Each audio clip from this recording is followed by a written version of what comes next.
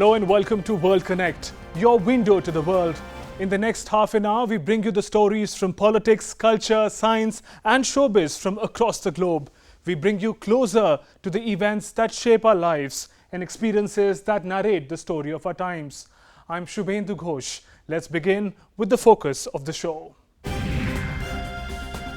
In a historic achievement, scientists detect existence of gravitational waves proposed by Einstein a century ago. These waves are small ripples in space and time that travel at the speed of light. Early solution to Syrian crisis seems elusive amid powers agreeing on cessation of hostilities and continuance of airstrikes against militants. Humanitarian work suffers. Thousands continue to flee the country every day. Republican Donald Trump and Democrat Bernie Sanders register big win at New Hampshire primaries. The race for US presidential nomination goes to South Carolina and Nevada now. Historic meeting between heads of Eastern and Western branches of Christianity as Pope Francis and Russian Orthodox Patriarch hold talks in Cuba. 58th Grammy Awards is here. Kendrick Lamar leads with 11 nominations. Lionel Richie is the Person of the Year. And survivors of female genital mutilation share their stories of pain and suffering and call for global measures to end the ancient ritual as UN marks International Day Against FGM.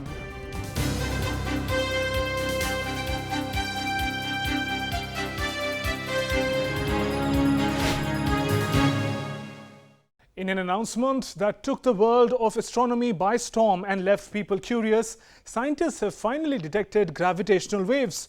First proposed by Albert Einstein in 1916, gravitational waves are ripples in space and time that are produced when black holes collide and stars explode. With this discovery, we may have found a brand new way of looking at our universe. Over 100 years ago, Albert Einstein talked about the existence of gravitational waves, small ripples in space and time that dash across the universe at the speed of light.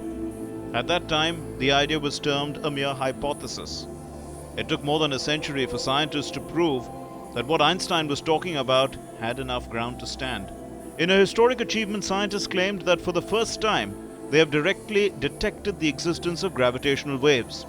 Till now, scientists have been able to find only indirect evidence of their existence.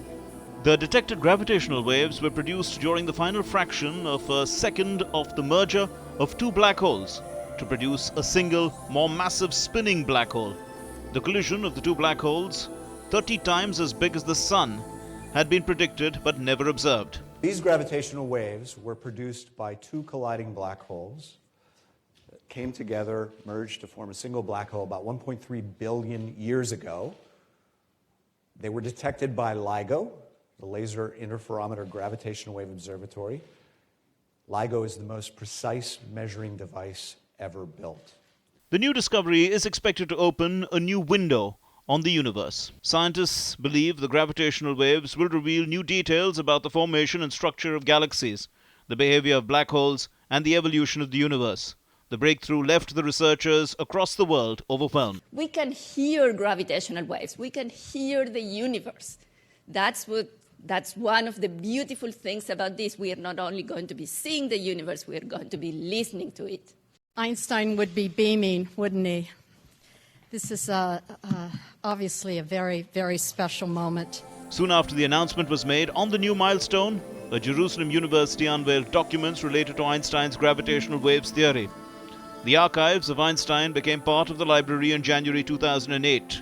Discovery of gravitational waves represents a scientific landmark, opening the door to an entirely new way to observe the cosmos and unlock secrets about the early universe. Also, the revelations once again reiterate the fact that Einstein was way ahead of his time, at least a century ahead. Democrat Bernie Sanders and Republican Donald Trump won New Hampshire primaries quite comfortably. Bernie Sanders registered a huge victory against Hillary Clinton after a close fight in Iowa caucus, while Donald Trump strengthened his candidature in the Republican Party by scoring a big win. As the political environment in the US heats up, the next stop in the fight for presidential nomination is South Carolina and Nevada. In the run-up to the US presidential race, Republican Donald Trump and Democrat Bernie Sanders registered thumping victories in the New Hampshire primary. Donald Trump raced ahead of the other Republican candidates. His victory becomes significant as it follows his defeat in the Iowa caucus at the hands of Texas Senator Ted Cruz. In the Republican camp, Donald Trump won with 35.3% votes. John Kasich got 15.8% of the votes. Top performer at the Iowa, Ted Cruz, got 11.7% of the votes. Jeb Bush and Marco Rubio got 11% and 10.6% votes, respectively. We're going to beat China, Japan. We're going to beat Mexico at trade. We're going to beat all of these countries. We are going to do something so good and so fast and so strong, and the world is going to respect us again. Sanders, the self-confessed Democratic Socialist, defeated Hillary Clinton, the former Secretary of State and the frontrunner for the Democrat candidature. It should come as a big setback for Hillary.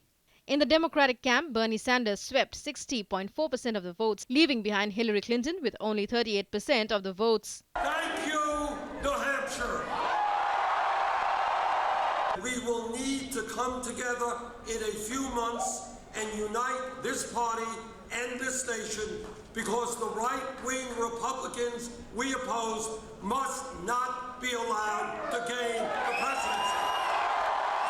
The march to the White House now heads to South Carolina and Nevada. In the first Democratic presidential debate since the New Hampshire's primary, with issues like immigration and racism taking center stage, both candidates clearly aimed at the minority votes in Nevada and South Carolina. Really systemic racism in this state, as in others, in education, in employment. So when we talk about criminal justice reform and ending the era of mass incarceration, we also have to talk about jobs, education, housing, and other ways of helping communities do better. On the other hand, polls show that Donald Trump is poised for another big win in South Carolina, where the competing Republican candidates are facing immense pressure to demonstrate strength. Governor Chris Christie and former boss of Hewlett-Packard, Carly Fiorina, have dropped out of the Republican race after suffering drubbings in the New Hampshire primary.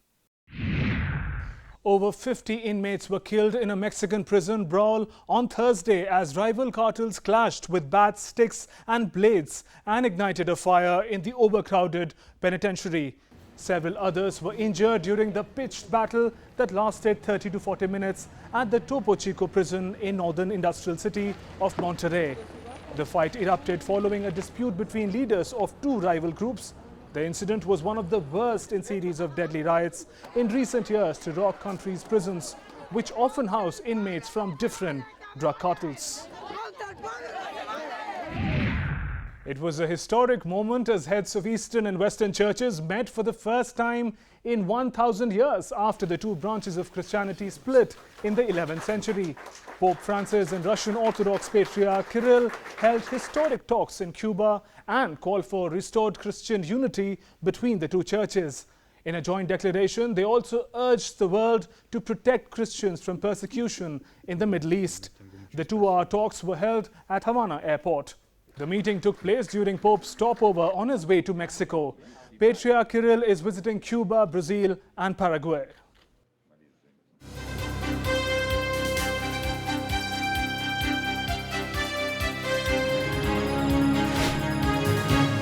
From being the cradle of civilization to becoming the land torn by war and destruction, Syria has seen it all. Thousands have died and thousands flee the country every day in search of a better future. While there is some hope for the end of war from the talks at International Syria Support Group in Germany, a long-term resolution and lasting peace seems like a distant dream. With Russia announcing that it will continue military strikes against the militants, Syrian rebels also pledge to continue fighting.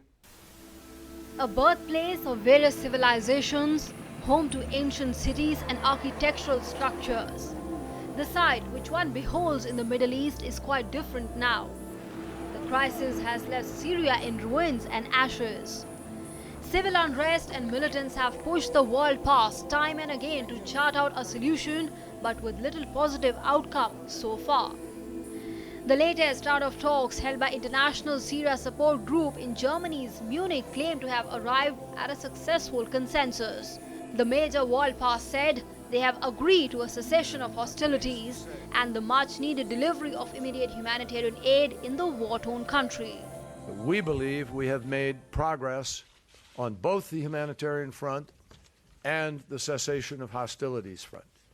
And these two fronts, this progress, has the potential, fully implemented, fully followed through on, to be able to change the daily lives of the Syrian people. The agreement on cessation of hostilities may imply that end of war is in sight in Syria, but that the reality seems quite different. It looked that things are poised to take a positive turn and the civil unrest could witness a halt soon after a confirmation by President Bashar Assad's government and the US-backed opposition. But with Russia saying that it would continue airstrikes, a solution to the crisis still seems remote. Moscow was also quick to clarify that cessation of hostilities did not apply to militant groups of Islamic State and Al-Qaeda-affiliated Al-Nusra. We do not agree on everything and that there are differences. That is why I wish to repeat and to clarify these problems. The key in Syria is to have direct contacts for cooperation between the army, the US-led coalition and the Russian army, which is in Syria at the invitation of legitimate government. Syria has been going through tough times for the last 5 years. Thousands flee the country daily in hope of a better tomorrow. And many die in the process. According to a research organization in Syria, more than 11% of its population have been killed or injured since March 2011. Tensions rose in Korean peninsula this week after North Korea conducted a rocket launch and claimed to have put a satellite into orbit. The United States and its allies, however, claimed that launch was a cover for Pyongyang's development of ballistic missile technology that could be used to deliver a nuclear weapon across the Pacific Ocean. The launch by North Korea, just weeks after the country's fourth nuclear test on January 6, has met a frosty international reception, particularly from its neighbors and the United States. Soon after the launch, South Korea decided to suspend operations at a jointly run Kaesong industrial complex in North Korean territory. Seoul said Pyongyang was suspected of spending funds from the complex on advancing its nuclear weapons and long-range missile programs.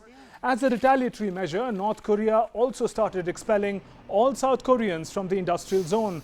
It called the South's move to suspend operation a declaration of war. South Korea has said that North Korea would be held responsible for any consequences.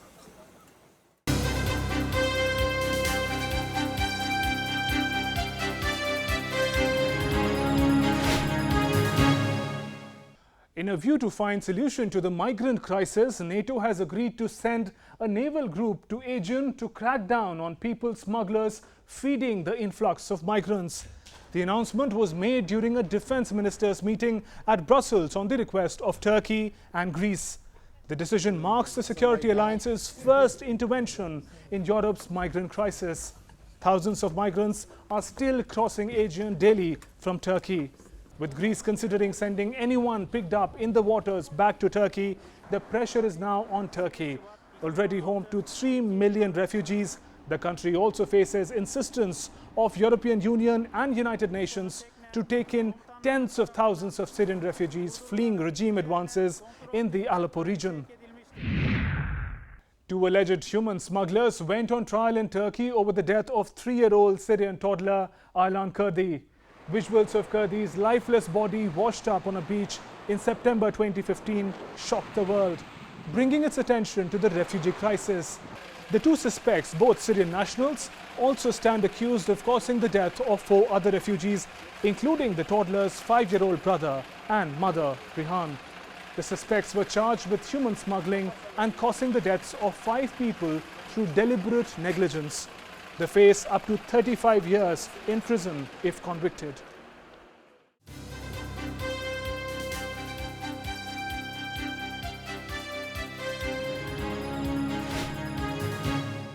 South African President Jacob Zuma had a tough time as he delivered his annual State of the Nation speech. Zuma was repeatedly disrupted by opposition members in parliament who demanded he must quit office for alleged rising rate of corruption and poor state of economy. During his speech, Zuma announced plans to procure nuclear energy at an affordable pace and scale. He also said government would implement austerity measures to cope with the weak economy. In a possible national unity government, South Sudan's President Salva Kiir has reappointed his rival Riek Machar as vice president. The announcement returned the presidency to where it was soon before fighting erupted between supporters of two men in December 2013, a conflict that went on to kill thousands of people and force more than 2 million to flee. And before heading forward, here are some more stories that are making headlines the world over.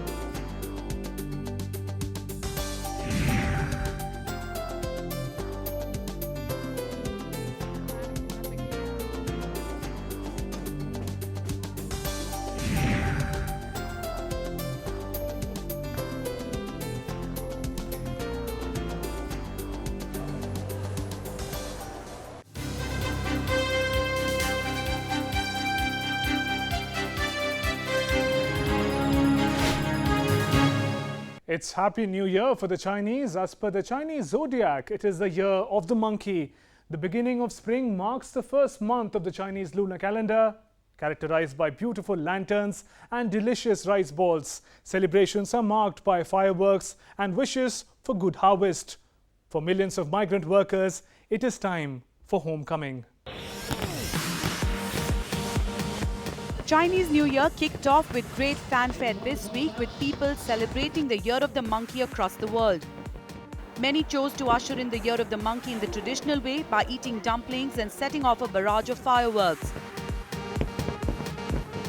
Firecrackers are believed to scare off evil spirits and entice the god of wealth to people's doorsteps once the New Year day arrives. The Lunar New Year is marked by the largest annual mass migration on Earth, as hundreds of millions of migrant workers pack trains, buses, aircraft and boats to spend the festival with their families. For many Chinese, this is their only holiday of the year. The New Year, also known as the Spring Festival, is marked by the lunisolar Chinese calendar, so the date changes from year to year. Traditionally, the end day of the Spring Festival is the 15th day of the first Chinese month, February 22, 2016, the Lantern Festival. Chinese make all kinds of beautiful lanterns and eat sweet glutinous rice balls in sweet soup.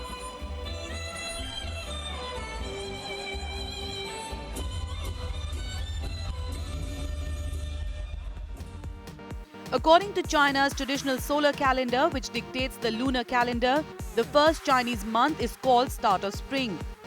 The farming cycle is set to start sometime after this, but it really depends on the location in China.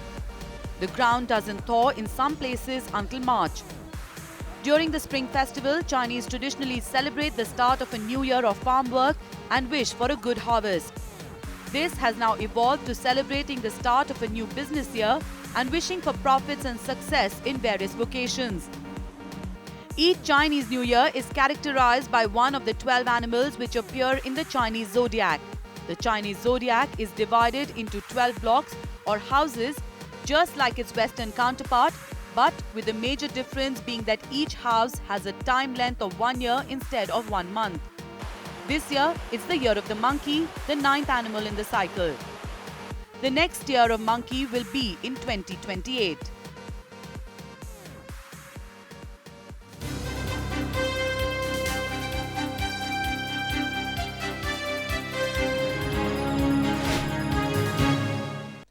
millions of girls, particularly from Africa, Middle East and Asia, suffer from the pain, agony and often fatal infections caused by female genital mutilation or FGM.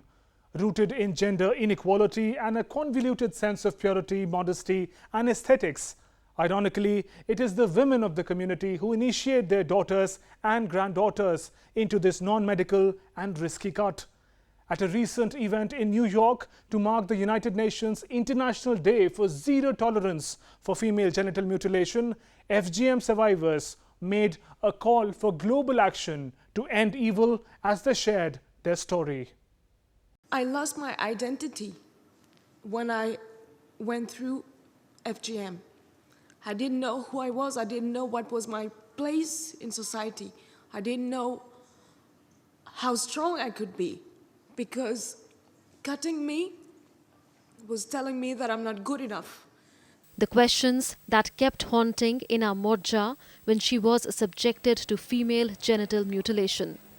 As she struggled with the trauma and immense physical and mental pain, she stood up for the cause and raised her voice against the barbaric practice. Ina Morja hails from Mali and owes her name to her mother, which in an African dialect means Ina is no good or Ina is bad. A musician by profession, Ina now uses music to spread awareness against FGM. When I was a teenager and I was on my path to become a woman, for me it was a very tough time. The path was really full of hurt and suffering, because I had the physical pain and I also had the psychological pain because, for me, not knowing who I was becoming, because I felt that I would never become a woman, because I had something missing and I wasn't worth it.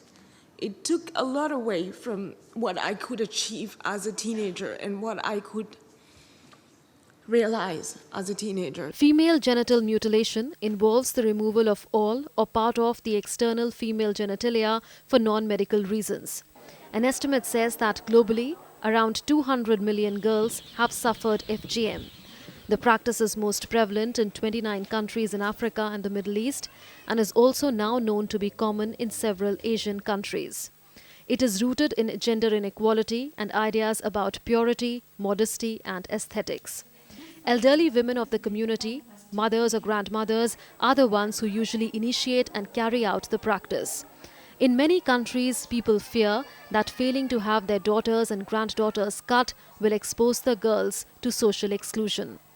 Somalia is a country which has the highest rate of FGM in the world. Statistics indicate that about 98% of Somali women have gone through the process. The ancient ritual causes many health problems which are sometimes fatal. Some bleed to death or die from infections, while others die later in life from childbirth complications. Although frequent campaigns and global awareness measures by governments and international bodies have led to decline in FGM numbers, a lot is still there to be done. I want to stand up and tell the world that FGM is not something that we need to talk about, but to end it like right now. Ina Morja and Kezia Bianca now symbolize the fight against FGM. They come from two different countries, different backgrounds, but their plight is similar. Their goal is the same. Defeating the ancient custom well established in societies is not an easy task, but ignoring the pain of millions of women left to suffer in silence is even tougher. This brings us to the end of this edition of World Connect. Do send us your feedback. You can write to us. Our email ID is worldconnect.ddnews@gmail.com. You can also follow us on Facebook. But before we wrap this edition, here are some glimpses of flamboyant performances and buzz in carnivals across Americas and Europe. Thanks for watching. Goodbye.